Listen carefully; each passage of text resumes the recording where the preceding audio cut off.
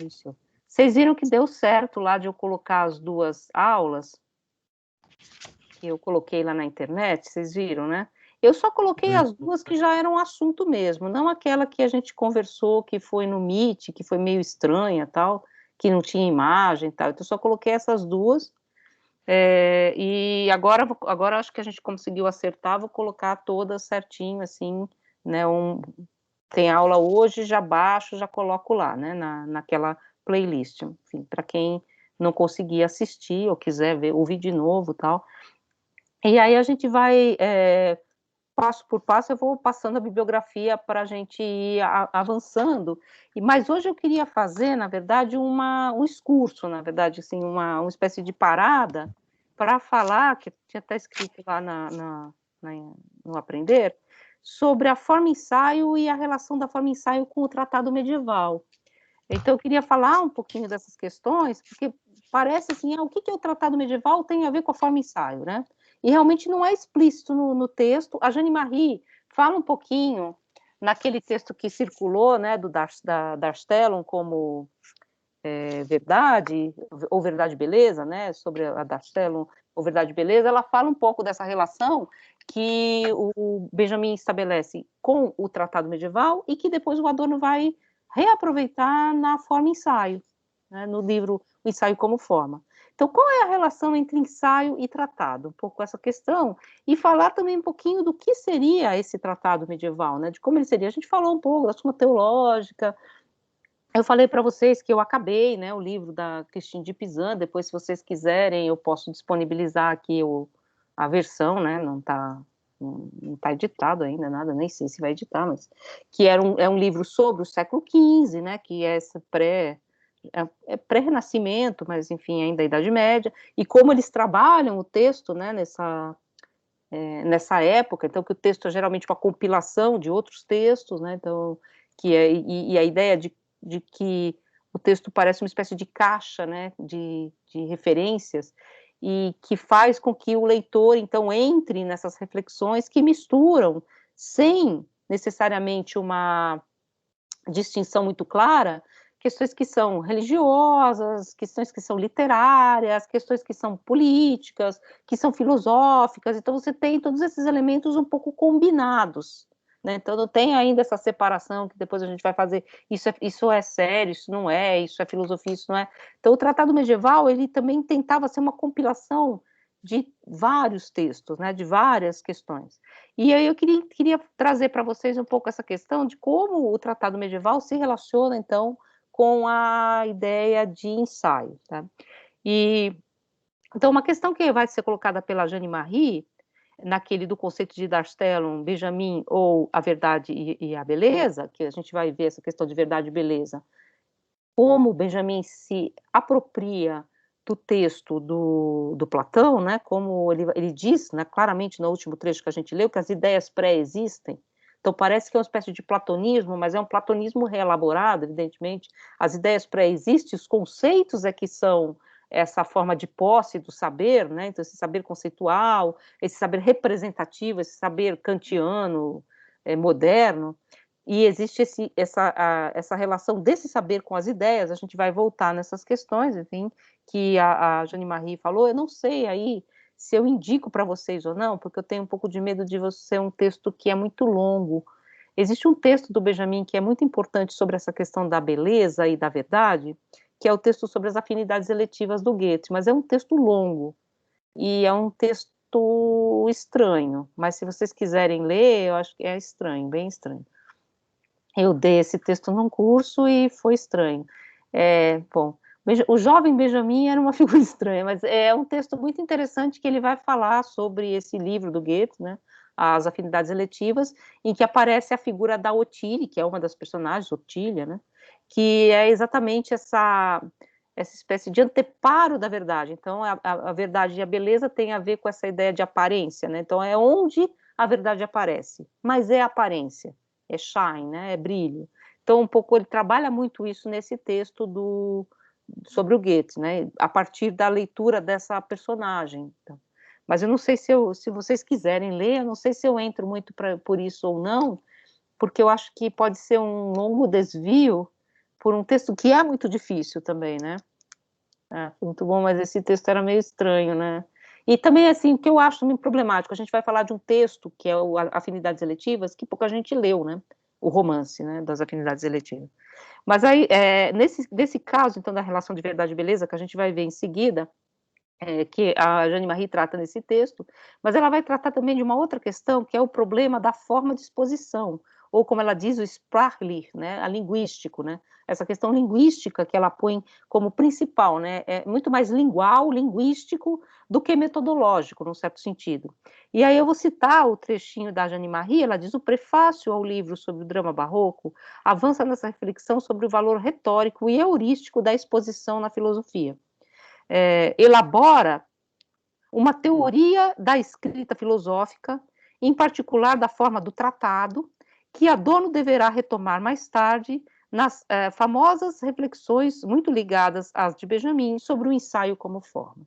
Então fica um pouco a questão, qual é a relação do tratado e do ensaio, né? O ensaio como forma, uma forma moderna por excelência, uma forma de escrita contemporânea, não é a forma do tratado medieval, a forma do tratado medieval é uma forma canônica ligada a elementos da escolástica, que carrega elementos retóricos, mas não os elementos retóricos do ensaio. Então, como você passa, então, da noção de tratado para a noção de ensaio, lembrando que todo o texto do Benjamin, esse texto que a gente vai ler, se vocês terminarem de ler o livro todo, ele é um livro ensaístico. Então, ele é um livro que gira em torno de um objeto e vai tecendo comentários em torno desse objeto, não necessariamente tem um método pré-dado que vai esgotar o objeto. Então, é um texto que é muito mais próximo do ensaio do que do tratado medieval, né? Então, qual seria essa ligação? E a Jeanne Marie vai falar de um termo que eu acho que é bem importante, e ela vai recorrer ao Foucault para falar desse termo, que é a palavra exercício, Übung, né? Übung, com um laut, né, com um trema, que é exercício, né? Então, essa noção do ensaio como uma espécie de exercício. Então, mais do que o resultado que o método vai te dar ao fim e ao cabo desse processo, você teria um exercício em torno desses objetos. Então, é como se você ficasse retornando esses objetos muitas vezes. E ela vai encontrar, a Jeanne Marie, nesse texto, exatamente nesse termo exercício, o link, a relação, vamos dizer assim, entre o tratado medieval e aquilo que depois o Adorno vai chamar de ensaio. O que liga, então, a noção de tratado medieval ao ensaio moderno? A Jeanne Marie, ela vai nos mostrar que essa noção de exercício, de Übung, que é a tradução da ascesis, né, como ressalta Foucault, que ela cita, né? A Jeanne Marie traz o Foucault exatamente para falar que o exercício, a ascesis, é exatamente o modelo do ensaio, né, da escrita de si, ensaio como escrita de si. Então, o ensaio nesse sentido, né? E ela vai falar, então, a partir do Foucault, em relação a essa noção de exercício, essa espécie de exercício de si e do pensamento. E nesse sentido é que eu acho que a gente pode trazer mais próximo de nós, mais próximo da noção de tratado, então, essa ideia do Foucault. Ela recorre, na verdade, a Jeanne Marie, ao texto da História da Sexualidade, que, na verdade, tem uma parte final desse livro, porque o livro são 3 volumes, né, são muito interessantes, eles vão falar muito mais da história da subjetivação também, né, como você se torna o sujeito, né, como é que a noção de sujeito se constitui nesse final da antiguidade. E ela vai falar a partir desse texto da História da Sexualidade sobre a noção de exercício, que são os exercícios de si, né, a pessoa cultivando-se a si mesmo, né? Essa ideia do cultivar-se a si mesmo. Só que eu preferi pegar um outro texto do Foucault, que eu acho que talvez seja mais indicado para a gente tratar dessa questão, que é o que é um autor. O que é um autor significa também o que é um autor é o que é um texto, né? Então, o Foucault tem um livro, na verdade, uma coletânea de artigos que vão falar sobre essa noção de autor. Vocês sabem que o Foucault foi acusado, enfim, de ter falado da morte do autor, e a gente está aqui no Tratado Medieval um pouco nessa ideia do nascimento do autor. O autor não existe no Tratado Medieval, né? Um pouco essa ideia, é um tratado costurado a partir da autoridade alheia. Então você tem Aristóteles, depois vem Agostinho, depois vem Tomás de Aquino. Então, como se você ficasse construindo um saber a partir de um saber pré-dado, né? Que é a noção de autoridade, que é rompida, vamos dizer assim, com o método cartesiano, né? O método cartesiano suspende, vamos dizer assim, a autoridade para pôr o método. Então, não tenho mais o argumento de autoridade, isso está claro no prefácio mesmo do discurso do método, né? Ele diz, eu aprendi a falar com os gregos e com os latinos, eu aprendi grego e latim, mas eu não sabia falar com os homens do meu tempo, né? Eu não sabia responder as perguntas do meu tempo. Então, essa ideia de que a autoridade, o grego e o latim, devem ser colocados de lado, pelo menos por enquanto, que é exatamente o contrário do tratado medieval, que era construído de citações de autoridade. E aí o Foucault vai remontar esses exercícios que vão depois produzir o tratado medieval aos fins da antiguidade, que eram os exercícios de subjetivação ou de construção de si mesmo, não no nosso sentido do sujeito, indivíduo, moderno, mas que eram, na verdade, alguns exercícios que se constituem nesse final do período da antiguidade, que tem muito uma questão, eu vou até ler umas coisas para vocês verem o tom do final da antiguidade, né? É uma questão um pouco de, uma espécie de sentido agudo do tempo, desse espiritual de lá, uma tentativa mais radical de auto-imersão, imagino, sim. Ele vai falar dos exercícios espirituais de Loyola, do Inácio de Loyola, que inclusive tem a ver com o modelo do cartesiano, né, de Assese. Assim, a Algária trabalha essas questões também. De como, não é, a Jeanne Marie fala isso, não é que o Benjamin coloca Descartes de lado, como o Adorno vai fazer, né? Não, eu não quero saber do método. Mas é um pouco encontrar exatamente esses elementos, né, de diferença. Só pegando aqui um trechinho final da Idade Média, desse final da Antiguidade, que tem um pouco essa ideia de uma espécie de acentuada sensação de tempo, de temporalidade e dizem dessa época, tá, que é a época da dor de estar no mundo, tá? É uma tópica, né? Enfim. E aí eu só lendo aqui um trechinho do Marcos Aurélio. Considerado, por exemplo, a época de Vespasiano, o que vês? Homens e mulheres se casando, criando família, ficando doentes, morrendo, guerreando, banqueteando-se, fazendo comércio, cultivando, bajulando, sendo arrogantes, invejando, amaldiçoando, murmurando contra o presente, amando, enriquecendo, ambicionando o poder. De todas essas vidas perdidas, nada sobreviveu. Então, essa ideia de um acentuado sentido de vazio, né? E esses exercícios de si, então, esses exercícios de reclusão, então, como se o mundo, ou a vida ativa, que a gente vai falar um pouco dessa ideia, a vida pública, ela estivesse em crise, ela estivesse entrando em crise, e você se voltasse, então, para esses exercícios de subjetivação, que o Foucault localiza nos cadernos de anotação dessas personagens da antiguidade. Então, as pessoas tinham cadernos que se chamavam hiponematas, né?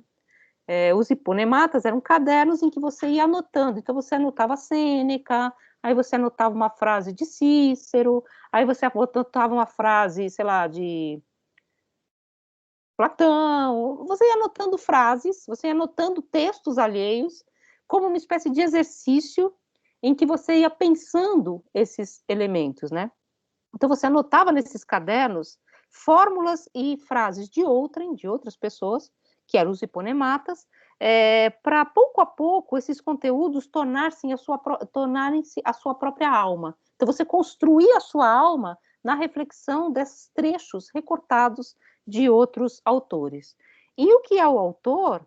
Foucault retoma esses exercícios retóricos antigos, que eram exercícios que eram, então, para você construir a sua alma, que tinha também a ver para você aprender regras retóricas, né? Para você aprender a se expressar, a construir a oratória, que consistiam, então, em copiar partes de outros autores em um caderno de anotações como uma espécie de meditação solitária, uma espécie de conversação literária sua com as pessoas que já morreram.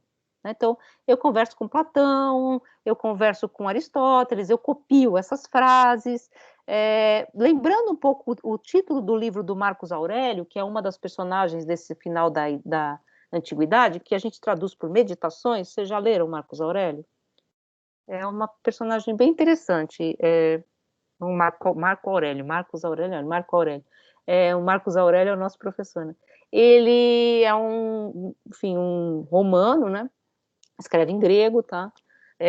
Não cristão, tá? Enfim, ainda pagão.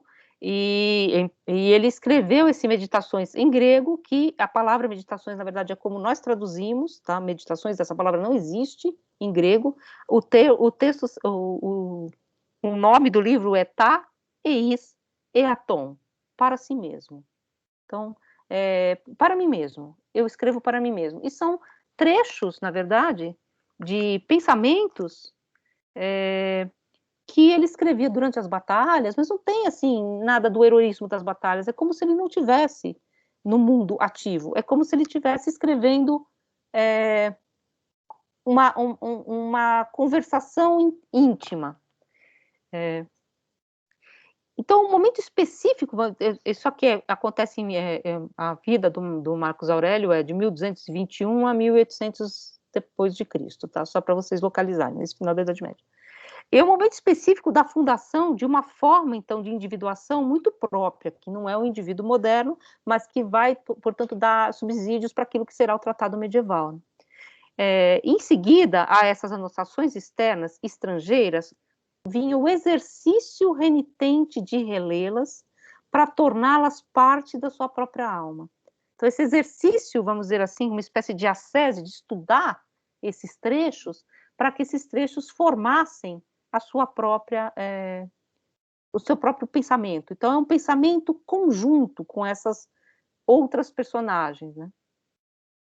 E esses exercícios espirituais, ou como aqueles como uma espécie de diário reflexivo, exatamente, que você ficava refletindo consigo mesmo, né? E essa questão do Marcos Aurélio é muito interessante, porque Marcos Aurélio foi um homem de ação, foi um homem ativo. Depois a gente vai ver essa distinção entre vida ativa e vida contemplativa, né, que é uma distinção clássica de Marta e Maria, em vida ativa e vida contemplativa. A vida ativa é a vida pública, a vida contemplativa ela é superior à vida ativa, mas porque ela é dedicada a esse cuidado de si, né, a essa espécie de autoconstrução dessa individuação, desse diário reflexivo. E Marcos Aurélio, uma personagem política, pública, ao invés de escrever sobre batalha, sobre guerra, sobre política, sobre escrever cartas no Senado, tal, ele escreve meditações para si mesmo. São meditações sobre o tempo, são muito bonitas, assim, na verdade, né? Tem algumas que ele fala, uma que ele fala, eu não vou achar aqui porque não está marcado, mas ele diz assim: a morte de um jovem e a morte de um velho equivalem, porque o tempo que você viveu não interessa, interessa o aqui e agora, e todos nós morremos do mesmo modo. Então, algumas questões sobre a morte, são sempre esse tipo de reflexão que aparece assim, dessa pessoa falando consigo mesmo, né, para si mesmo. Então, esse momento específico que surge esse exercício, que é uma espécie de exercício de interiorizar o pensamento externo. E aí, citando o Marcos Aurélio, tanto na arte da escrita como na da leitura, não podes pensar passar a ser mestre antes de ser aluno. E isto é mais verdade ainda em relação à vida. Então, essa ideia do discurso de autoridade, né? De você se basear num discurso de autoridade que é construído para além de você e que constrói a sua própria alma, constrói a sua própria individualidade, nesse sentido antigo, claro, que constrói esse sujeito. Essa forma, então, de interioridade por meio do estudo do alheio, que é aquilo que a gente vai ver no tratado, esse exercício que tem a sua execução renitente, a função mesma da reflexão, então, ele não tem nenhuma função fora dele. Então, por que o Marcos Aurélio escreveu isso aqui? Para publicar, por exemplo, essa figura muito importante também, que depois vai ser muito lido no Tratado Medieval, que é o Cícero, né? Ele escreve cartas públicas no Senado, que tem função política, então tem uma função para além dela, né? Tem uma função de mover um problema político. essas reflexões não, elas simplesmente querem mover a alma, ele não quer ter razão, ele não quer saber nada, ele não quer criar nada de novo, então é como se esse exercício ele tivesse a função apenas de ser um exercício. A gente está próximo aqui também das Confissões do Agostinho, né? Quem já leu também tem um pouco esse movimento, né? De negar o mundo, pôr o mundo entre parênteses e refletir sobre as suas questões, né? Enfim, refletir infinitamente sobre os momentos da sua vida, sobre o que passou nesse sentido. E vale lembrar, né, essa ideia de confissão, de confessar-se a si mesmo, que para nós parece uma coisa completamente assimilada, ela não fazia parte, né, essa ideia de você construir-se a si mesmo dando-se a público, inclusive nas suas mesquinharias, né, que é um pouco o que o Agostinho faz, eu jogava, né, você fala das suas mesquinharias, construindo a sua personalidade também a partir dessas questões, né, então é uma questão também que surge dessa noção de subjetivação desse período. Isso tudo estou seguindo, tá? Tanto o Foucault, que a Jeanne Marie cita na História da Sexualidade, como no que é o autor, né? Então, parece ser exatamente esse exercício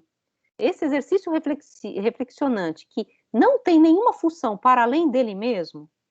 Em que sentido não tem nenhuma função? Não é que não serve para nada, mas é que não tem a função daquela do método, de encontrar a verdade, de te dar uma certeza, de produzir uma equação, de produzir uma resposta, de construir algum tipo de cadeia argumentativa. Tem apenas essa ideia de tecer um comentário em torno de um objeto com a função de estar sempre voltando a esse objeto. É esse, então, elemento do exercício que o Foucault reconhece, que a Jeanne Marie aponta, que uniria, vamos dizer assim, a noção de ensaio do Adorno e a noção de tratado esotérico, né, esotérico no sentido de para dentro, do Walter Benjamin, como ele vai tratar no drama barroco. Então, o tratado esotérico e o ensaio teriam como construção, como figura construtiva, vamos dizer, retórica, essa noção de um exercício de si mesmo, de um exercício dificilmente assim, da questão do Proust. Então, exatamente dessa reconstrução dessa interioridade, né, que se constrói, na verdade, isso que é interessante, a partir de elementos de uma exterioridade que você torna próprio. Então, você se apropria desses autores que você lê para tornar esses autores parte da sua alma, vamos dizer assim. Parênteses, essas questões, por exemplo, vão aparecer no Cícero, né? O Cícero, quando ele se retira, vamos dizer assim, da vida pública, do Senado, ele diz no De Officiis que ele, já que a República não existe mais, né, depois da crise, já que a minha função política ela foi cerceada, já que, portanto, eu não tenho mais atividade pública, escrita pública, eu vou me recolher à vida contemplativa, mas não a uma vida contemplativa vazia, a uma vida contemplativa votada à filosofia. Então, ele faz exatamente essa construção que diz, né, Cícero, me recolher da vida pública, já que eu não tenho mais nenhuma função, já que o Senado não tem função, porque a República está em crise, foi suprimida, eu me volto, portanto, para a minha própria construção filosófica. Então, eu volto para a vida contemplativa. Então, essa relação, vamos dizer assim, entre vida ativa e vida contemplativa, entre dois patamares de construção do conhecimento, um deles voltado, vamos dizer assim, para fora, para a política, e o outro voltado para essa construção de uma interioridade. Então, essa noção de que a interioridade deve ser cultivada, tá? Então, que eu vou me cultivar, isso está no Cícero e vai ser repetido durante boa parte da Idade Média Latina, faz parte também daquilo que se chamava de cura da melancolia. Porque nessa figura do Cícero, ele se retira da vida pública. Quando você se retira da vida pública, e é óbvio que quando ele se retira da vida pública, ele se retira por uma crise, então um homem ativo se retira da vida pública. Essa retirada, vamos dizer assim, essa saída, ela ela é carregada, geralmente, desse elemento melancólico, de um abandono daquilo que seria a vida ativa. Para a melancolia não dominar, é preciso voltar-se para a filosofia ou para os estudos, ou seja, manter o exercício dessa construção de si. Então, essa ideia da melancolia, vale lembrar que melancolia é um dos humores da antiguidade, né? Que formavam o caráter. A melancolia é o humor úmido, né? É o humor da terra, é o humor que te puxa para a terra, né? Esse humor que te faz ser terral, né? Assim, é um humor baixo, vamos dizer assim. Por isso o melancólico é ao mesmo tempo a figura do gênio, a figura dos grandes criadores, mas uma figura bastante problemática, porque é a figura da terra, que se volta para a terra, que se volta para baixo, e aí vocês lembram da melancolia do Dürer, né, que o Benjamin diz que ela é a proto-figura do barroco, né, que ela está ali entre todos os elementos de atividade, mas ela não se move. E melancolia, em grego, é melancolé, né, humor negro, né, melan de escuro, né, de negro, né? Então essa questão de uma coisa que puxa para baixo, que puxa para a terra, inclusive a cura da melancolia, como a gente vai ver depois nos ensaios do Montaigne, era uma medida purgativa, tá? Então você tomar purgante, por quê? Porque como ela é um humor que te puxa para baixo, é um humor que faz você ficar enfesado, né? Enfim, essa ideia de uma espécie de constituição, inclusive física, dos humores, né? Então a melancolia é esse humor da terra, é o humor que faz você não querer pensar, que você não faz você não querer fazer nada, é o que a gente chamaria hoje do demônio do meio-dia, que é a sedia, né, da Idade Média, ou a depressão, né? Então a melancolia teria essa função, né, essa função, esse poder de paralisia. Então, a melancolia, então, do Dürer, que é aquela melancolia parada diante de todos os instrumentos de ação e ela não age. E a melancolia do Dürer é a melancolia 1. Isso sempre foi muito comentado, né? Se vocês olharem bem aquela imagem, tem um morcego voando e ele está carregando uma plaquinha, ele está carregando um estandarte, né? Ele está carregando não sei o nome daquilo, é um trocinho, que é um pedaço de pano com uma palavra, como se ele estivesse carregando uma legenda, e está escrito Melancolia 1. Se Melancolia 1, pressupõe-se que exista uma Melancolia 2, né? Porque seria a Melancolia 1. Seria o primeiro estágio da melancolia. Há algumas suposições, tá, que a Melancolia 2 seria a gravura que eu coloquei lá no Aprender para vocês, depois vocês vão olhar, do São Jerônimo, no sua cela. São Jerônimo, que vocês sabem, é a figura que traduziu a Bíblia, né? Traduziu a Bíblia para o latim. É uma figura bem interessante. Na Legenda Áurea, por exemplo, ele foi castigado porque ele se dizia cristão, mas ele achava a Bíblia muito pobre, retoricamente falando, e só gostava de ler os textos clássicos porque eles eram mais bem escritos. Isso é uma tópica também, está no Agostinho também, né? De que os textos clássicos eram muito mais bem construídos, né?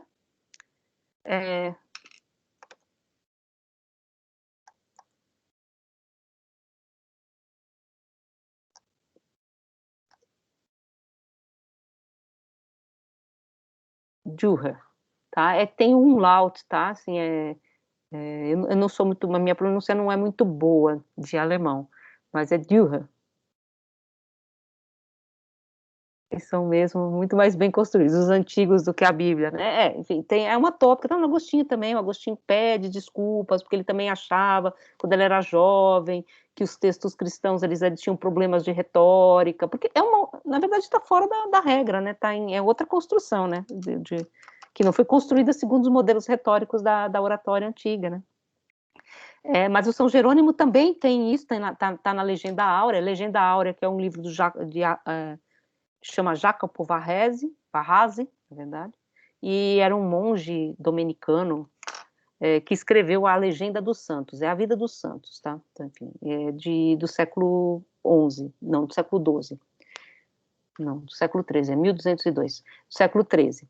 essa legenda áurea, que é uma compilação de vidas de santos. Aí tem lá a vida do São Jerônimo, de onde provavelmente o Dürer tirou o modelo dele.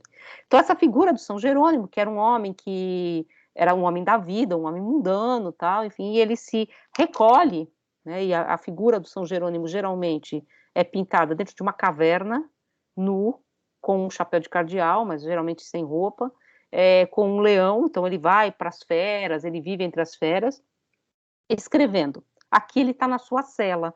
Ele está na sua cela com o leão, que faz parte dos seus atributos iconográficos, com o chapéu de cardeal, que está pendurado na parede, e tem também do lado, no chão, um cachorro dormindo, como tem junto com a melancolia, porque o cachorro, apesar de ser também uma figura que aparece junto com São Jerônimo, o cachorro é uma figura do melancólico, como o cachorro anda olhando para o chão. Isso está, inclusive, nos Cínicos, né? O cachorro anda sempre olhando para baixo, sempre olhando para o chão. Existe até um poema bem bonito do Nuno Ramos falando disso. É o olhar de um cão, né? O olhar do cão é sempre para baixo, então ele é um ser terra a terra. Então o cão que está também do lado da melancolia. Há suposições, então, de que essa gravura do São Jerônimo seria uma espécie de pandão, uma espécie de par da melancolia. Então, como é que você cura a melancolia? Você cura a melancolia com estudos. Essa tópica, enfim, essas gravuras são de 1514, mas a tópica ela é muito mais longa. Inclusive, a figura da melancolia, que é uma mulher com o rosto coberto, que vocês vão encontrar em todo quanto é cemitério, né? Uma mulher assim, né? Uma figura assim é a figura do melancólico, né? O melancólico está tampando o rosto, aquela está assim, né? Está assim, que é a figura do melancólico. Então, o seu Jerônimo em seu estúdio, ou seja, a cura da paralisia da alma, que a melancolia ela é um pecado, porque ela não é uma paralisia preguiça. A preguiça é paralisia do corpo. A melancolia é uma paralisia da alma. Né? Então, ao invés de você exercitar a sua alma, estudando, escrevendo, fazendo coisas, você fica paralisado. Então, essa paralisia do coração, como eles chamavam, essa vida paralisada, que é carnal, que é terral, porque você vai para baixo, né? Enfim, precisa ser curada, esse ócio, portanto, né? Porque o ócio não é uma coisa ruim, tá? Na verdade, mas o ócio dessa preguiça do coração. Você precisa, portanto, do ócio literário. A citação, que de onde vem essa questão, que vai ser muito comum à Idade Média, vem do Sêneca. Na verdade, a citação do Sêneca eu vou ter que falar latim aqui, vai ser uma beleza, hein, gente? Hein? Otium sine literis mors est et hominis vive sepultura. O ócio sem literatura, o ócio sem letras, o ócio sem cultivo, sem estudo, equivale ao homem vivo, ao homem viver na sepultura. Então, equivale a estar morto. Então, o ócio sem leitura, o ócio sem estudo, o ócio sem cultivo, porque o negócio é a vida ativa, né? Se você está na vida ativa, beleza. Agora, o ócio sem cultivo, essa paralisia do coração, é como se fosse uma sepultura em vida. O adágio medieval, o ócio é a sepultura do homem vivo. Então, esse ócio, que é a melancolia, que levaria o homem, então, a uma espécie de paralisia. A cura, então, do ócio, desse retirar-se da sociedade, e esse retirar-se da sociedade, para nós, ele é voluntário, né? A pessoa fica doente e tal. Esse ócio tinha muito a ver, às vezes, com o que eles chamavam de fortuna, né?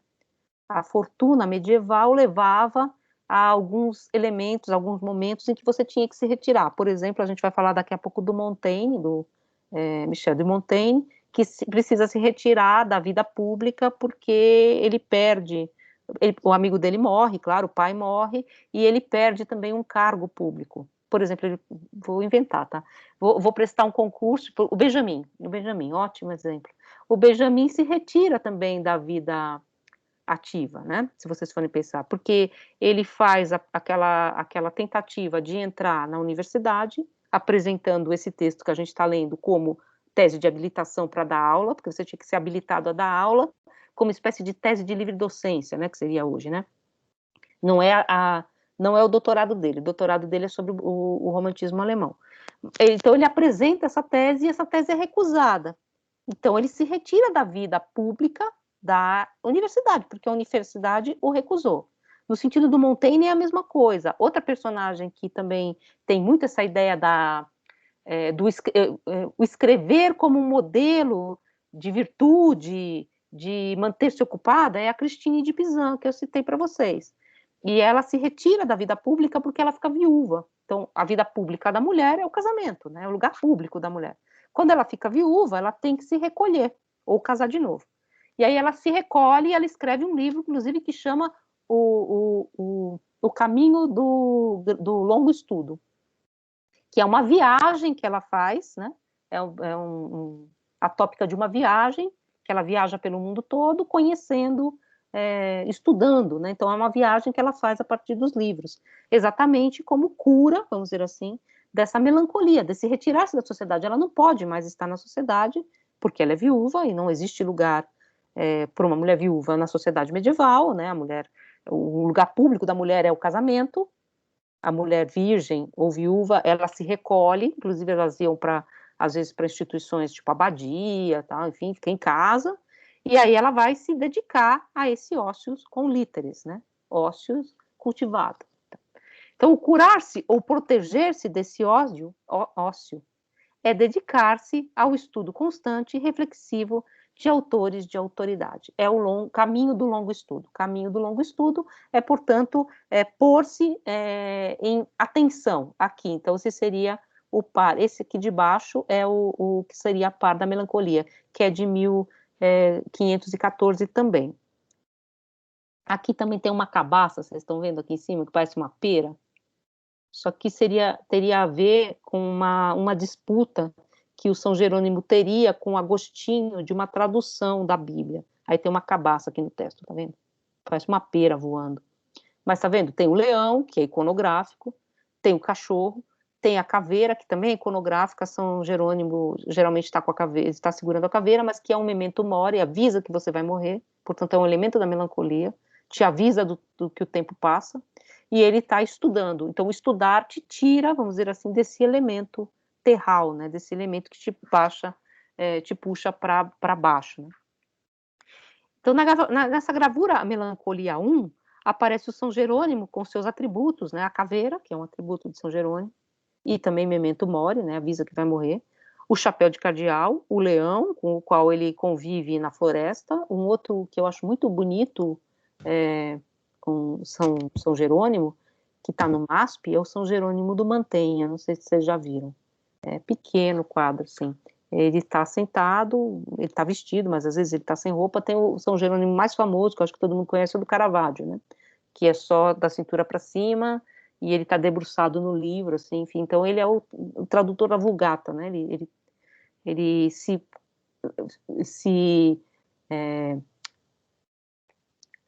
como é que se exila, vamos dizer assim, na floresta para traduzir os textos divinos, né, os textos da Bíblia. E aqui ele está no seu estúdio, traduzindo, estudando, né, enfim. Então, peraí, eu acho que as pessoas estão caindo, né, dessa aula. Conseguiram voltar, gente? Bom, então, aí... Tá caindo toda hora, prof. eu vejo, porque vocês caem, eu tenho que clicar para vocês voltarem, né? Então, os outros elementos que são menos próprios à figura do São Jerônimo, que é o cão, que está dormindo aqui do lado, que é esse símbolo do melancólico, daquele que olha para o chão. Mas é claro, assim, a melancolia ela está lá, mas ela pode ser retrabalhada por esse ócio literário, que tem a ver com essa hiponemata. Você vai estudando, e esse estudo faz com que você construa o movimento reflexivo da sua própria alma. Como dissemos, né, o Benjamin refere-se a esse contexto de argumento de autoridade, que seria próprio do tratado, né, ele diz do tratado, desses argumentos de autoridade, que apesar de ter uma espécie de aparência didática, né, então tem uma didática, é a suma teológica, que quer te ensinar sobre as coisas do mundo, sobre Deus, ele diz que o elemento constitutivo do tratado é muito mais essa proximidade com os hiponematas, né, que são os argumentos de autoridade que te põem o tempo todo numa presença de pensamento móvel, que se põe o tempo todo, num certo sentido, alerta para o estudo, né, em posição de alerta. Então, como o Benjamin se refere a esse contexto dos argumentos de autoridade do tratado, colocados ali no texto para mover o ânimo, ou seja, para não deixar o ânimo decair, em direção a esses objetos, em um exercício constante de releitura, renitentemente, né, aquilo que ele fala do mosaico, da parte ao todo, do todo à parte, o tempo todo, trabalhando essa alma, trabalhando essa leitura, né, trabalhando essa construção da própria alma. No século XV, como eu falei para vocês, né, já era comum esse modo, vamos dizer assim, de pensar do ócio com líteres, inclusive eles eram quase todos leitores de Cícero, né, de Sêneca, essa cultura latina, ela era muito própria, esses argumentos de autoridade da cultura latina, eles circulavam nessa Idade Média. Se vocês quiserem ler um pouco sobre isso, é aquele livro do Curtius, que eu já indiquei no outro curso, que é Idade Média, literatura latina, eu nunca lembro, mas é o livro do Ernest Curtius, tá, sobre a Idade Média latina, ou seja, como esses elementos latinos, eles nunca desapareceram da cultura ocidental, né? Os elementos greco-latinos, eles nunca desapareceram completamente. Essa nossa ideia de renascimento, na verdade, é o renascimento de uma ligação com alguns elementos da antiguidade, mas que esses elementos sempre, de alguma forma, estiveram lá, né? Eles continuam como uma espécie de baixo contínuo por toda a Idade Média.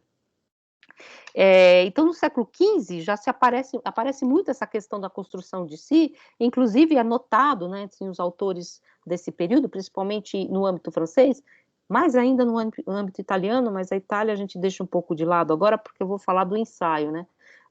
No âmbito francês começa a aparecer muito uma forma literária que é o je suis, eu sou Christine de Pizan, eu sou Eustáquio de Campo, eu sou... Então, assim, a personagem, o autor se colocando como ele, personagem, pessoa, dentro do texto. Isso não significa, obviamente, que ele está se confessando, ou que aquilo seja verdade, tal como nós entendemos, mas é uma espécie de elemento intruso, vamos dizer assim, no formalismo do texto. Então, a Christine de Pizan, se vocês quiserem ler, ela é talvez mais ainda do que todos os autores da época dela. Quase todos os textos dela começam assim, eu sou Christine de Pizan, tal, mas isso era comum a vários autores da sua época. Você se colocar dentro do texto. E por que eu estou trazendo essas questões aqui? Porque aí eu queria fazer exatamente um link, uma relação, vamos dizer assim, com essa noção de tratado e o surgimento da noção de ensaio, que surge exatamente desse universo francês, tá, do Jesuí, dos Eponemata, do tratado, da leitura dos tratados medievais, do tratado da Suma Teológica, desse âmbito de circulação, mais até do que no âmbito de circulação italiana, onde a gente já tinha uma outra forma de poesia, já tinha uma outra abertura, um outro mundo já estava se descortinando, que é o que a gente vai chamar depois de Renascimento. Aqui ainda você tem um pé em cada canto, um pé em cada lugar, um pé ainda no formalismo retórico da Idade Média, e um pé já numa coisa que poderia ter sido outra, que poderia ter se aberto, que é, na verdade, a criação da noção de ensaio com o Montaigne. Então, eu queria falar um pouquinho para vocês dos ensaios do Montaigne e tentar ligar um pouco, então, essa ideia do porquê o Montaigne escreve pela primeira vez 3 volumes que ele chama de ensaios, né? Ensaios que ele escreve em 1580, a primeira versão.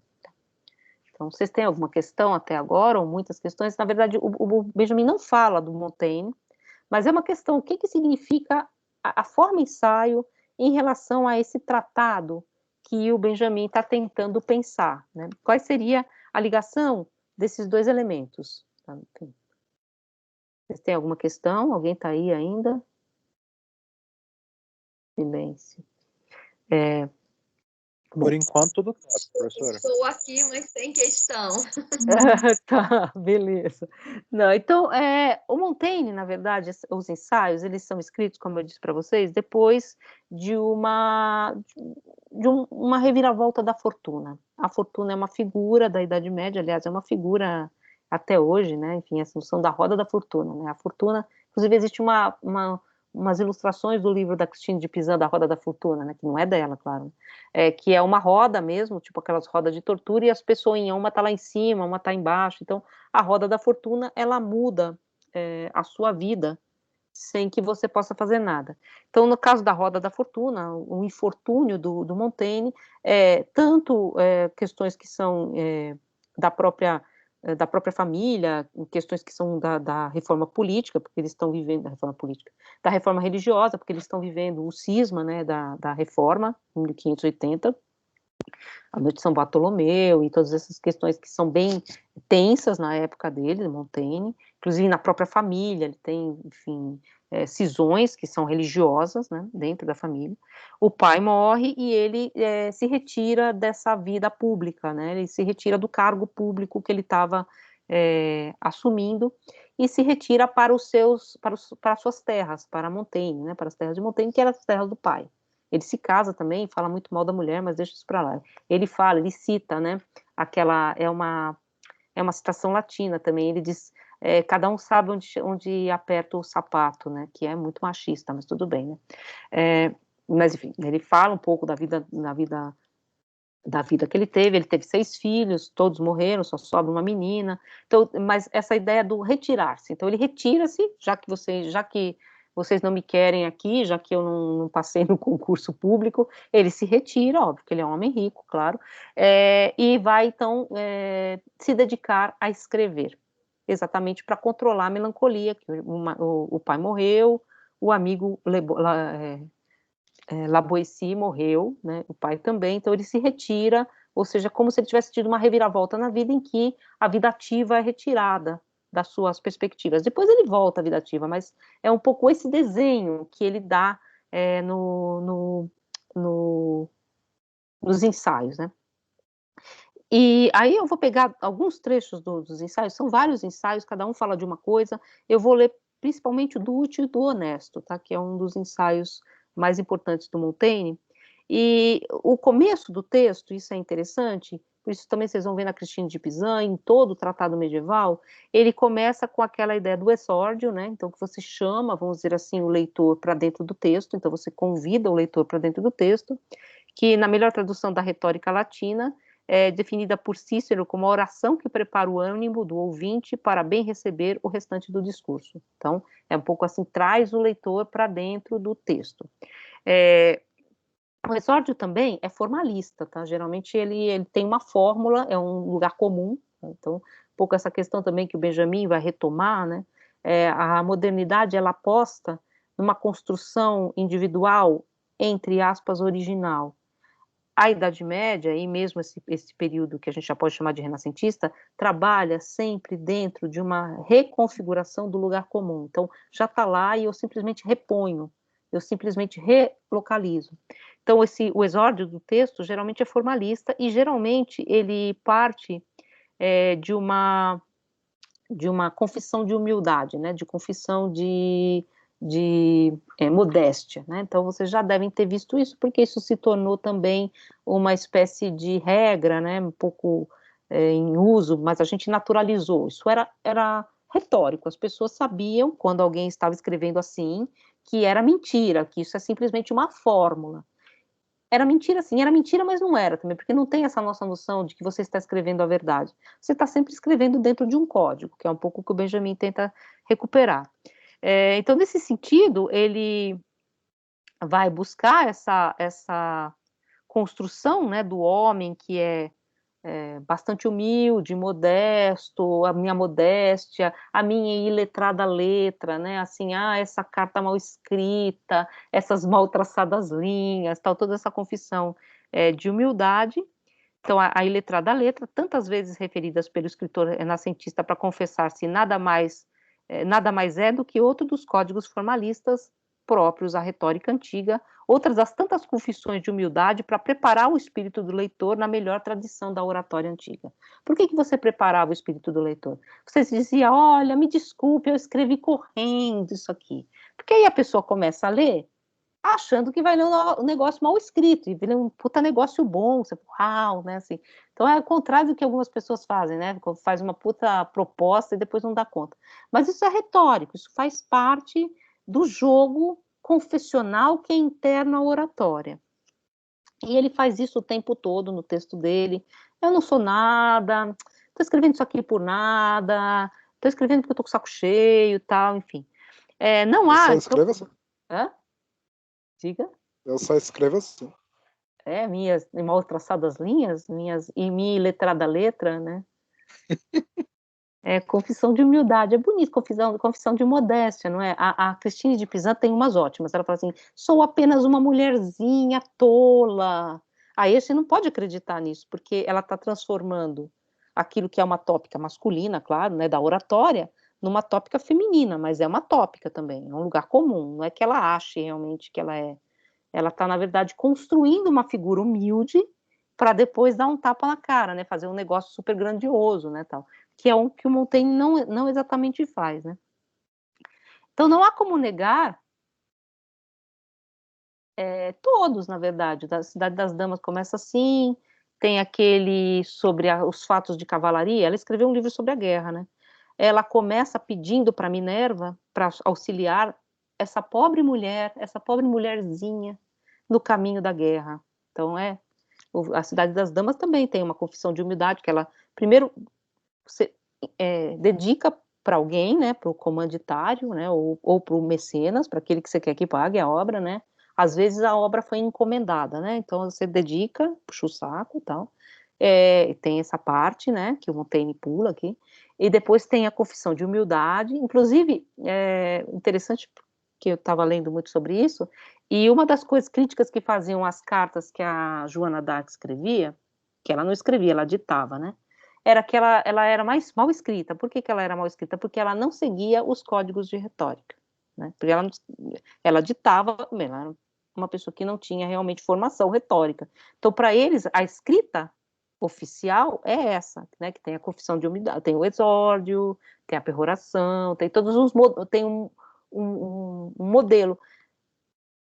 É retórica antiga, mas a gente às vezes faz isso, né? Desenvolvimento, conclusão, enfim. Mas a Cidade das Damas, que esse elemento do tapa na cara retórico. Então, não, o do Montaigne também tem um pouco isso. Na verdade, isso é próprio do desenho da retórica, né? Porque o que você faz? Você diz que você vai fazer uma coisa super medíocre para preparar o ânimo do seu leitor, tá? Então vou com calma, né? E ele ser surpreendido por um trabalho maravilhoso. É um pouco essa a ideia, né? A confissão de humildade, a confissão de modéstia, essas mal traçadas linhas, é exatamente para dizer o contrário, né? E isso está dentro do jogo, na verdade, né? O que o Montaigne faz, na verdade, é dar uma deslocada nesse jogo, né? Ele faz a confissão de humildade, é óbvio que os textos dele são fantásticos, né, enfim, dos ensaios, mas ele muda um pouco esse lugar, mas é um lugar retórico. Por que eu estou dizendo isso? Não é para a gente confiar nisso, isso que é interessante, isso é formal, né? E aí não há como negar as raias da subversão que Montaigne tem de tais regras e códigos. Ele vai lidar com esses códigos, mudando esses códigos de lugar. Talvez seja a oposição entre uma retórica tradicional e um homem novo, que se desnuda da rede fixa formal, no caso de Montaigne, que se mostra ele mesmo no formalismo, na lógica dual, o isso ou aquilo, uma confissão que é ao mesmo tempo formal e sincera, vamos dizer assim, né? Não, tudo jogo retórico, a gente sempre faz essas mal traçadas linhas, não é? É maravilhoso esse desenho. Então, o que há de novo no Montaigne é que ele, usando todo esse arcabouço que é o próprio do Tratado Medieval, ele vai construir uma coisa toda nova, porque vocês sabem que os ensaios do Montaigne inauguram um modo de escrita, que é o modo da escrita de si moderna, né? Então, o Montaigne inaugura algo sem tirar o pé, vamos dizer assim, daquilo que seria o formalismo medieval, né? Enfim, nesse sentido. Assim, se a abertura para os seus capítulos são construções retóricas clássicas, e ele segue o classicismo dessa retórica oratória, quase que ao pé da letra, e um pouco irônico, né? Porque você segue a regra já trabalhando com a regra, né? já sabe que é regra, entendeu? Com a regra se mostra como regra, né? São, portanto, topoi amplamente difundidos na cultura renascentista e medieval, eles são também confissões pessoais, no fundo. São as duas coisas ao mesmo tempo. São produtos de um espírito que se autoavalia com alteridade e anda, eu cito, por toda parte, com a cabeça erguida, com o rosto e o coração descobertos, ele disse, né? Ele vai dizer várias das frases famosas. Eu vou publicar a mim mesmo, eu vou me dar a nu como os índios do Brasil, essas tópicas retóricas que depois a gente vai repetir. Seus textos são, portanto, descrições da retórica da humildade, são também lugar comum do discurso latino, né? Então, desse discurso que ele repete, mas ele vai falar que, na verdade, o que ele vai escrever é mais ou menos como os grotescos que se põem em volta de um retrato. O grotesco é uma forma que aparece no Renascimento, quando eles descobrem umas grutas na Itália, que eram cheias de desenhos em arabescos, então fica com o nome de grotesco, né? Então ele diz que ele vai tecer arabescos, tecer grotescos em torno dos objetos. Eu não vou falar de nada, eu vou tecer arabescos em torno dos objetos. Como grotescos bordados ao redor de um grande quadro, moldura em torno menor, decorativo, um floreio ou glosa, né? Então vai floreando em torno do texto, as questões realmente grandes. São, ora, opiniões desacaloradas, que ele fala, eu não tenho nenhum tipo de calor com as minhas opiniões, as quais não ata sua honra, mesmo que versando sobre os deveres morais, da tradição estoica, por exemplo, e o texto da vaidade, no artigo da vaidade, é bem interessante nesse sentido de voltar um pouco à questão da melancolia. Ele vai falar que ele está nesse processo de melancolia e que ele vai se dedicar ao ócio com líteres, exatamente com a literatura, que ele vai se dedicar às letras, exatamente para não ficar numa sepultura em vida, né, para não ficar morto em vida, para manter-se, então, em atenção, por mais que aquilo que ele escreva não queira dizer nada, e seja simplesmente floreios em torno do nada, é isso que ele diz, os ensaios são floreios em torno do nada. Ele vai dizer no Da Vaidade, num outro texto, ele vai fazer essa argumentação, eu cito, eu vi um gentil homem, ou seja, vi um fidalgo, que não comunicava a sua vida a não ser pelas obras do seu ventre. Vê-se em exposição em sua casa uma fileira de bácios de 7 e 8 dias. Que nojo, hein? Ele botava os cocô um do lado do outro. Eram os seus estudos, as suas cogitações. Outro qualquer assunto lhe fedia. Isto que aqui está com um pouco mais de civilidade, ou seja, o meu texto, não são excrementos de um velho espírito, ora duro, ora solto, mas sempre indigesto. Ele começa o texto assim, então ele dizendo assim, teve um cara que colecionava os seus cocôs. Isso aqui é mais ou menos isso, muito embora feda menos, não seja nem mole nem duro. Então ele começa falando isso que parece um troço meio assim, né? Diz assim, fora de lugar, né? Assim, totalmente fora do que a gente pensaria na retórica clássica. Só que isso tem a ver, na verdade, com essa noção de melancolia. Essa metáfora que ele faz, né? É fofo, não é? Sim, eu acho lindo isso, essa fileira, qualquer outro assunto lhe fedia, não é bonito? Pois é, a gente não pode dedicar as obras do seu ventre. Essa metáfora super baixo ventre, ela é rabelaisiana, né, do François Rabelais, que é um pouco essa ideia de você trocar a ordem do que é alto com o que é baixo, né, de você inverter a ordenação, né, que pode explicitar algo do ato de escrever de Montaigne, que está em um outro registro que não aquele da retórica. Então, ele tem o registro da retórica, mas ele tem esse registro corporal. Escrever é uma medida purgativa. Escrever é cura, nesse sentido. Uma atividade que resulta ora nisso, ora naquilo, não interessa o que vai sair, mas sempre em excrementos, interessando mais o processo em si que o resultado. Então, é ora isso, ora aquilo, ele diz isso, nonchalance, né? Eu não me apego às minhas ideias. As minhas ideias eu jogo, tá? Então eu não morro por elas. Então essa ideia de que o ensaio tem esse movimento de uma confissão do próprio indivíduo que tece comentários em torno de objetos. E, é claro, também essa aqui do Cocô é uma confissão de humildade, porque não é isso que ele faz, tá? Ele constrói um texto extremamente rigoroso em torno de algumas questões, por exemplo, do útil e do honesto, que é um texto que vai fazer uma pergunta central da ética, se eu devo seguir o útil, ou mesmo que seja ruim para a sociedade, me manter honesto. É uma questão que depois é kantiana, né? É a questão Maquiavel, né, de Maquiavel. Eu devo seguir uma política real ou devo manter-me sempre honesto? E ele vai fazer essa exposição, ora de um lado, ora do outro, né, enfim. Que estava presente em determinado lugar no palácio diante de nobres, etc., que ainda que ele era mais coerente com a sua cultura que os europeus franceses civilizados. Sim, sim, ele fala, tem o texto dos canibais, né, que é famoso, ele fala que os índios brasileiros são nobres, eles devoram os seus inimigos, né, eles têm esse heroísmo, eles ultrapassam o sumo nojo, né, e dão ao inimigo essa honra, enquanto nós, que nos dizemos civilizados, nós temos por rei um menino, né? Porque os reis, vocês sabem, né? Tinha 10 anos, 12 anos, fala assim, que coisa ridícula, né? Então, a gente não honra os nossos inimigos e a gente é governado por uma criança, né?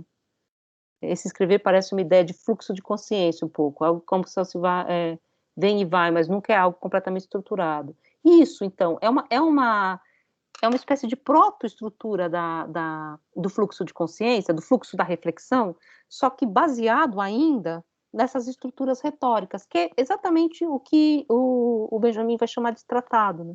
Então, é uma reflexão de mim, de escrever a mim mesmo, né, de uma reflexão sempre voltada para os objetos, baseada nesses objetos, né, não é uma coisa que você vai só pensando, que constrói em torno desses objetos essas teias de explicação, que nunca são conclusivas, que nunca dão conta completamente do objeto, que nunca engolem o objeto e transformam o objeto num conceito. Né? Então, essa ideia do ensaio do Montaigne, que não é exatamente o ensaio do Adorno, ela já traz um pouco esses elementos, né, dos floreios em torno de um objeto. Essa questão também dos excrementos, ela aponta para uma outra questão, né? Quando ele confessa que ele está falando de cocô, assim, né? E ele tem várias vezes, né? Fala de peido, fala muitas coisas assim, enfim. Ele está confessando também uma espécie de estrutura corporal, né? Como se o corpo tivesse peso, como se o corpo estivesse pesando, né? Vamos dizer assim, credo. Essa confissão, então, de um estado melancólico, porque o estado melancólico tinha essa ideia, né? De você estar tão preso ao seu corpo que seu corpo te puxava, não deixava você refletir. E a melancolia, então, é um dos motores da atividade literária, mas também é um motor da loucura, né, da paralisia de coração. E ele diz isso, eu me escondi aqui para ficar escrevendo nonchalance, escrevendo sem nenhum tipo de função, exatamente para não enlouquecer, né, para não ser consumido pela melancolia da morte do meu amigo, do meu melhor amigo, de um casamento que ele diz que é infeliz, da morte do pai, da briga familiar por causa das querelas de religião. Então, como se ele se pusesse nessa posição.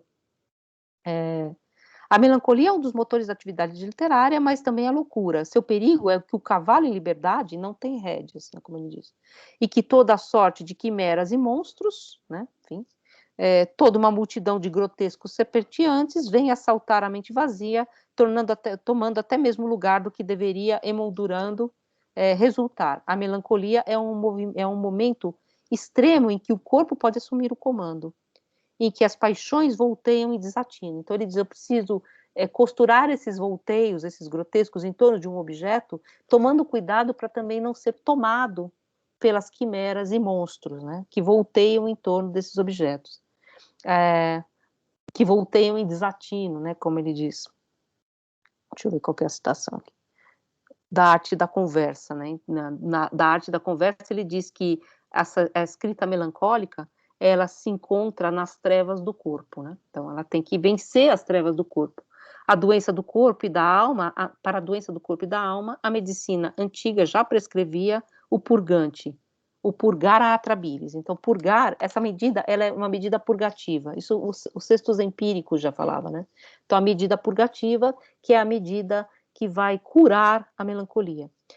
O órgão da melancolia é o baço, né? Então, e o fígado, enfim, mas é mais o baço. E há uma carta do Descartes, né? Enfim, não sei se vocês já leram O Sonho do Descartes também, ele tem vários textos em forma de sonho, que é uma forma medieval, e ele fala que ele estava dormindo e sonhando e ele sentia um dor no lado esquerdo, que é um pouco essa ideia de que o corpo, nessa função do baço, ele tem também essa função de marcar o elemento melancólico. A causa dessa escrita melancólica se encontra então nas trevas do corpo. A doença do corpo e da alma, a medicina antiga indicava o purgante, que é purgar a atrabilis, que é a bilis negra, né, que é o que desequilibra os humores do corpo. Então, essa escrita, ela é uma escrita purgativa, ela é um purgante, ela é curativa nesse sentido. As metáforas corporais, ou essa confissão de desprendimento, de nonchalance, né, não ligo para nada, de opinião, ele diz, essa é a minha opinião, remete ainda a uma segunda medida purgativa. Ao dividir cronologicamente os ensaios em 3 períodos, o Villei, que é um grande estudioso de Montaigne, ele marca uma inflexão central na obra do Montaigne também, que é essa guinada para o ceticismo, para a dúvida cética, que prenuncia a dúvida cética cartesiana, tá? Que vai prenunciar depois o que vai ser o movimento cartesiano, que também se vale do movimento cético. É também as teses céticas que os filósofos chamavam de medidas purgativas, medidas curativas. Vale lembrar que o grande cético da antiguidade, o Sextus Empírico, era médico, né? Então, essa ideia da medida da escrita como uma medida curativa, como uma medida do corpo, né? Enfim. Então, não que ele se torne um cético, tá? Ele, na verdade, mantém esse ceticismo como uma espécie de medida purgativa, como uma forma de escrita também, né?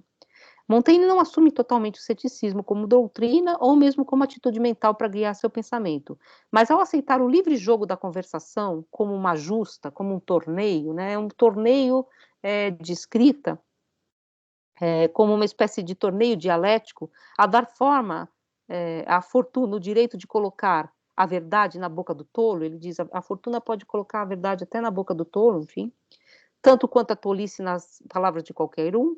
Montaigne aceita um estatuto cético para o verdadeiro, um jogo de tese e antítese, no ensaio da arte da conversa, a justiça, um dos aspectos da verdade, é apresentada ao leitor pelo negativo, pela ideia do contra-exemplo, da advertência, pelo que, obviamente, não é justo. Então, ele faz sempre esse jogo em torno do que ele está trabalhando. E aí ele diz, né, que nos ensaios ele vai se publicar quase nu, né? Então, como ele disse assim, esse escrever parece uma ideia de fluxo, enfim. Ele vai se dizer, vou me publicar quase nu, quase como um índio brasileiro, né? Vou me publicar quase nu, sem retoques, ele diz, publicando eu. Sem retoques também acho ótimo, porque também é uma tópica das confissões, né? Que você vai se publicar, você vai se dar a público naquilo que mesmo que você deveria esconder, né? Daquilo mesmo que deveria ser o limite da sua publicidade, né? Meio Big Brother, né? Mas enfim. E aí ele vai dizer, então, essa ideia do publicando eu, ele chama o leitor para o diálogo, para o contra-argumento, porque ele mesmo diz, né? Eu não tenho nenhuma opinião formada, venha discutir comigo, vamos discutir em torno desse objeto. E nesse desvelamento, então, Montaigne junta elementos da antiguidade, e se vocês forem ler os ensaios do Montaigne, eles são uma colcha de citação, então você vai falar assim, então ele vai confessar a si mesmo, ele vai falar de si mesmo. Não, ele fala de várias figuras da antiguidade, de várias vidas exemplares.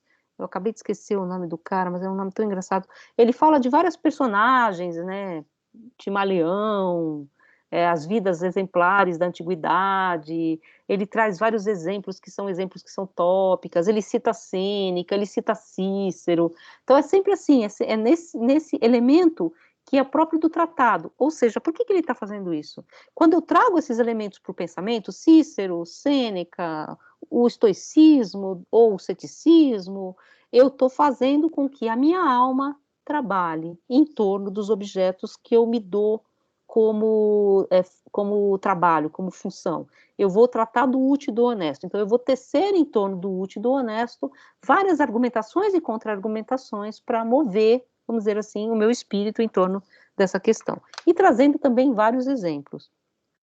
Assim, do útil e do honesto, em torno da questão central do texto, que a gente começa no exórdio, né, depois vai ter esses movimentos, Montaigne escreve mais de uma vez sobre a sua retirada da vida pública para a vida privada.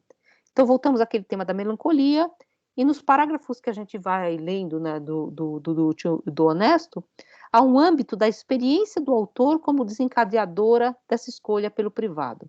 Segundo Villei, é difícil precisar as causas dessa retirada, dessa retrete, né? Enfim, que é famosa, né? A virada, né? Ele se retira. Foi um desgosto individual por sua carreira frustrada, foi a perda do pai, foi a perda do amigo, foi desgosto pela vida pública, pelas questões religiosas. O caso é que são questões pequenas, né? São questões privadas, que ele põe como motor da sua própria do seu próprio pensamento. Então, só queria trazer essas questões um pouco do Montaigne para tentar juntar, então, por que o tratado medieval e o ensaio, e é um discurso, na verdade, tem um parentesco. O ensaio do Montaigne, ele não vai ter uma descendência imediata, né, no modo de escrita do Descartes, embora exista vários desses elementos retóricos do Renascimento no Descartes, não é uma forma ensaística. Não é a forma ensaística que vence, vamos dizer assim, mas é a forma ensaística que talvez esteja mais próxima do certo desdobramento do que seria o tratado medieval. Só que já pondo um pé além, né? Porque junta esses elementos da construção de si a partir do alheio, essa confissão sincera, vamos dizer assim, se é que se pode dizer que há sinceridade no texto, já que ele lida com vários elementos de retórica, né? Já que ele junta esses elementos retóricos, como se ele pegasse uma caixa de citações e reconstruísse, a partir dessa caixa de citações, a sua própria alma. Então, um pouco essa ideia do ensaio, que vai ser depois recuperada, desse exercício em torno dos objetos, que vai ser recuperada pelo Adorno. Quando o Adorno diz, por exemplo, que o ensaio não começa em Adão e Eva. Ele começa quando o objeto pede e ele termina quando eu achar que o objeto se explicitou. Ou seja, o objeto, aquilo que eu ponho diante de mim como objeto de reflexão, no caso do Montaigne, o útil ou honesto, a vaidade. Então, eu vou examinar a vaidade. Eu vou tecer em torno da vaidade essas várias questões, trazendo também elementos que são alheios, para fazer com que a noção de vaidade se explicite, e não para dar da vaidade uma resposta final, um conceito, que é um pouco o desenho dos ensaios do Montaigne. Tá? Montaigne é pouco estudado, né, enfim, na filosofia, eu até estudei bastante em ética, mas a gente não lê, porque acabou sendo um autor que ficou muito mais próximo do que depois vai ser uma tradição literária, do que da filosofia.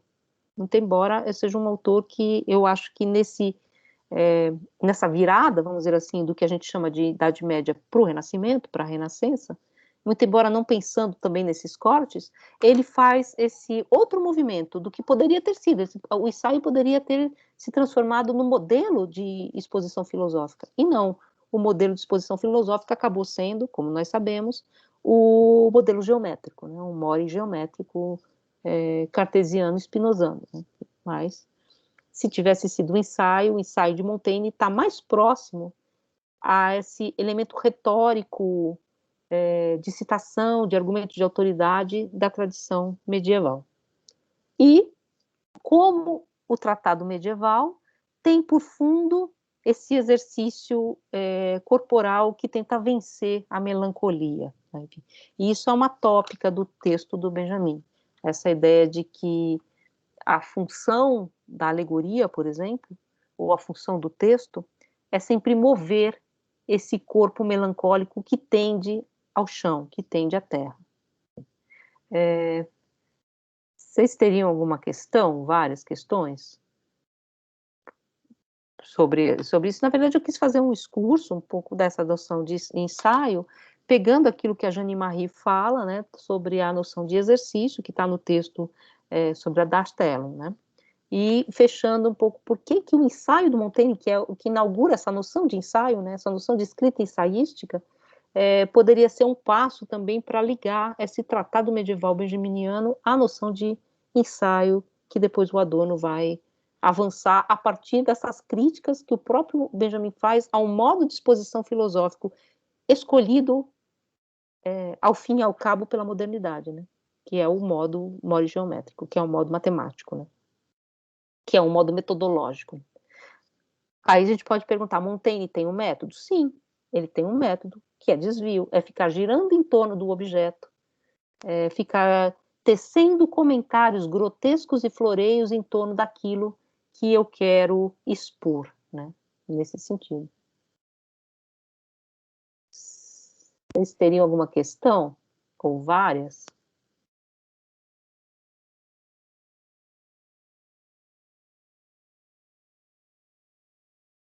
Ah, é? Tá voando? Na verdade, assim, eu quis, na verdade, pegar essa questão que não está exatamente no texto, tá, do Montaigne, porque eu acho que eu sempre tive um pouco esse questionamento, e aí eu achei que talvez agora pudesse para colocar. É uma questão também, pode não ter nada a ver. Como esse elemento do ensaio, que começa no Montaigne, que é um modelo de ensaio, que é o modelo de ensaio francês, claro, depois vai se tornar um modelo do ensaio adorniano. E quais seriam as relações? É claro, o Montaigne, não é que é literário o ensaio dele.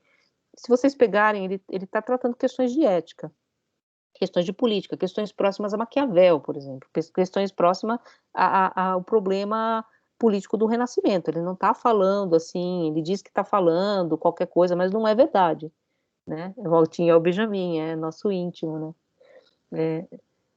Não é verdade que ele está viajando, tá? Ele tá tecendo os comentários, mas o modo de exposição é assim, é um modo de exposição que faz com que o leitor tenha que ir e vir junto com ele, sim.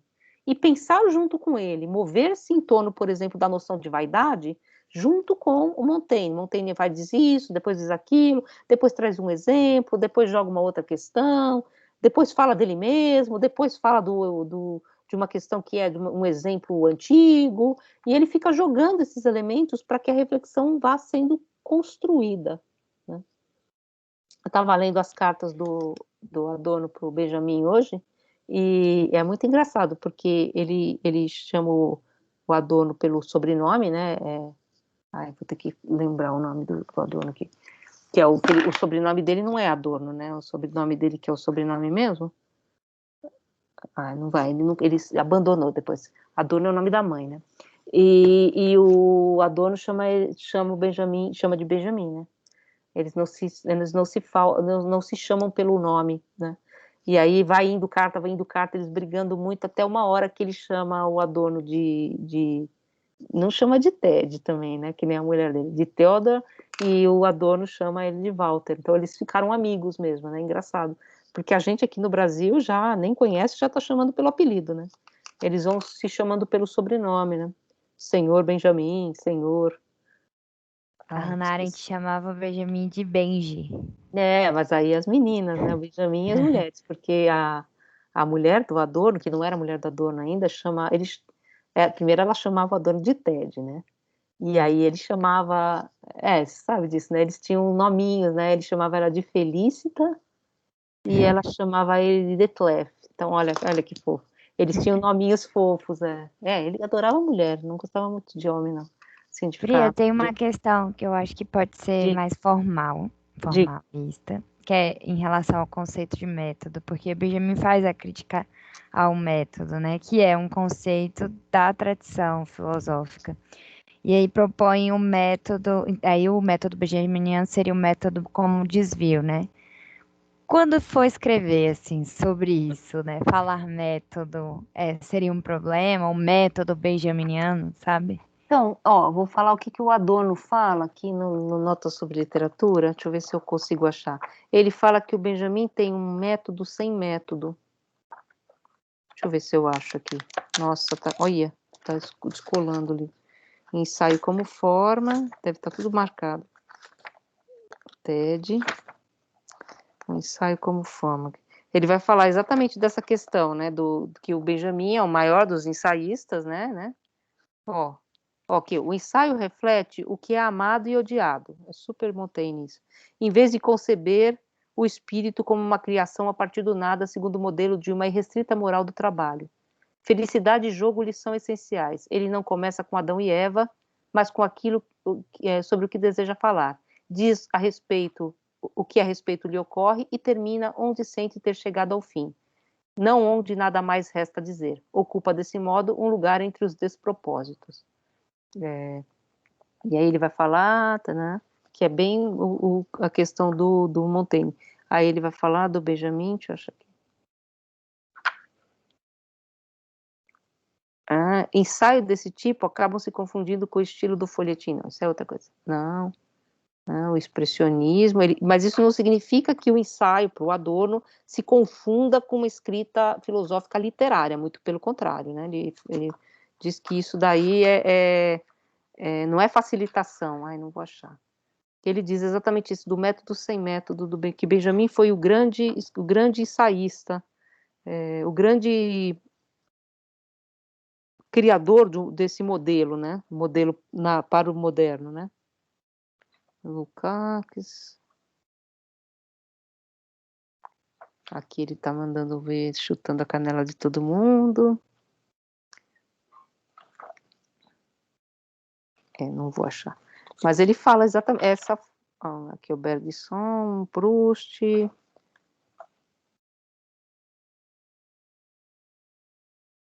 Aqui ele vai falar do Montaigne. O ensaio não segue a regra do jogo da ciência e da teoria organizada, segundo as quais, como diz a formulação de Spinoza, a ordem das coisas seria o mesmo que a ordem das ideias. Como a ordem dos conceitos, uma ordem sem lacuna não equivale ao que existe. O ensaio não almeja uma construção fechada, dedutiva ou indutiva. Ele se revolta, sobretudo, contra a doutrina, arraigada desde Platão, segundo a qual o mutável e o efêmero não seriam dignos da filosofia. Revolta-se contra essa antiga injustiça cometida contra o transitório, pela qual este é novamente condenado no conceito. O ensaio recua, assustado, diante da violência do dogma, que atribui dignidade ontológica ao resultado da abstração, ao conceito invariável no tempo, por oposição ao indivíduo nele subsumido. E cadê o Benjamin? Estou só procurando, porque eu achei que estava arriscado. Como ele fala do Benjamin aqui no ensaio, né? De Kant, Hegel, Kant, Afises, não sei o quê. O como da expressão deve salvar a precisão sacrificada pela renúncia à delimitação do objeto, sem todavia abandonar a coisa ao arbítrio de significados conceituais decretados de maneira definitiva. Nisso, Benjamin foi um mestre insuperável. Essa precisão não pode, entretanto, permanecer atomística. O ensaio exige que o procedimento definidor, a interação recíproca de seus conceitos no processo da experiência intelectual. Nessa experiência, os conceitos não formam um contínuo de operações.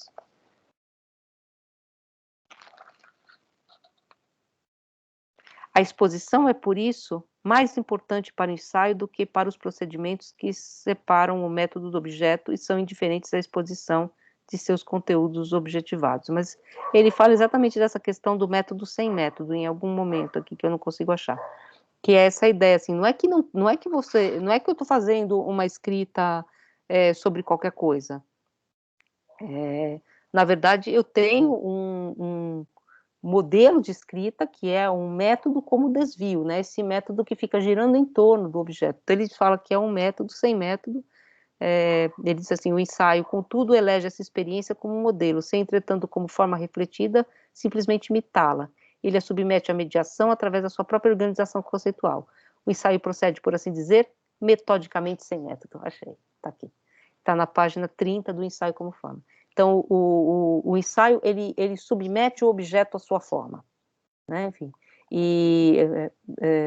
submete o objeto à sua forma para fazer com que o objeto apareça, né? Não a um modelo metodológico, né? E ele tem, portanto, um método, ele trabalha metodologicamente sem método. Então, é um método sem método nesse sentido, né? Um caminho que, na verdade, é um desvio, é girar em torno, mas isso é metódico também, é rigoroso, né? Não é que não há rigor, né, no texto do ensaio, porque as pessoas assumem um pouco a ideia de ensaio, eu vou sair escrevendo, né? Não é sair escrevendo, na verdade, Ao contrário, você tem uma dedicação tal ao objeto que você vai reiteradamente voltar-se a esse objeto que você pôs como objeto de análise e tentar fazer com que a exposição, que é o seu texto, faça jus ao objeto, que é aquilo que o Benjamin fala, né, de que a verdade ela não deve ser desnudada, ela deve ter uma exposição que lhe faz justiça, né, que consegue fazer com que ela fulgure de algum modo. Mas isso é metodológico, é método também, num certo sentido, né? Que é metodologicamente sem método. Não sei se ajuda muito isso. Que é o método, o método que está sendo colocado de lado é esse do Spinoza, que é o método, é esse da modernidade, que é o método em que mais vale a estrutura ordenada do pensamento do que o objeto, num certo sentido, né? E esse ensaio, esse método, ele começa, por exemplo, nos princípios, né? E o texto do modelo literário. Qual seria a peculiaridade que o diferencia do modo de exposição de ensaio? O caráter ficcional? Ele vai falar, na verdade, o Adorno é, né? O Adorno, né? Ele nunca gosta de nada, né? Ele está falando muito do modo de escrita francesa, né? De ensaio, um ensaio que se aproxima muito do literário. Inclusive, o Adorno não tem muita empatia, vamos dizer assim, se eu posso dizer, muita simpatia pelo Sartre, né? Que escreve no modo da literatura, né? E é esse tipo de ensaio que tem elementos literários, né? Que traz elementos da literatura para conquistar um público, para abranger mais leitores. Ele fala que não é essa coisa, não é uma erudição leve, não é essa a questão. O ensaio é extremamente rigoroso, o ensaio é extremamente difícil, né? Inclusive o Adorno faz um elogio da forma difícil, né? Não tem um elogio à facilidade. Inclusive já falei para vocês, ele diz que a clareza nada mais é que uma ideia estética. Não existe nenhuma objetividade na ideia de clareza. O que é claro para você não é para mim. A clareza, a beleza da clareza é meramente estética, como a clareza das estruturas na arquitetura moderna. Ela é uma ideia estética, não é uma ideia funcional, necessariamente. E ele faz essa crítica exatamente à lógica do texto. Então, esse ensaio do caráter ficcional, da ensaística, dessa mistura, vamos dizer assim, do elemento literário com o elemento filosófico, que ele não é favorável. Ele tem um texto que se chama Engajamento, que infelizmente está muito mal traduzido mesmo, não dá nem para ler, em que ele vai, a palavra engajamento é uma palavra que vem do francês, né, que é um neologismo, ele é criado nessa época.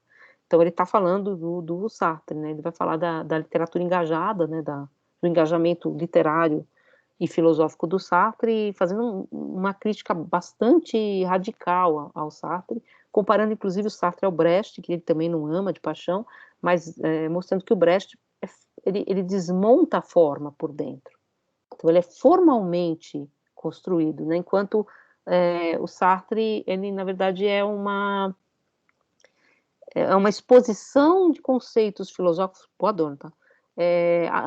Em literatura, e ele acha que essa divisão desse texto, depois a gente lê ao final do curso, ele vai fazer uma crítica exatamente a esse elemento desse ensaísmo filosófico que na época dele, esse texto é posterior ao do Benjamin, é corrente, inclusive a devedor, né, do modo de escrita do Benjamin, que muitas pessoas tomam por pós-moderno, né, vocês sabem, né?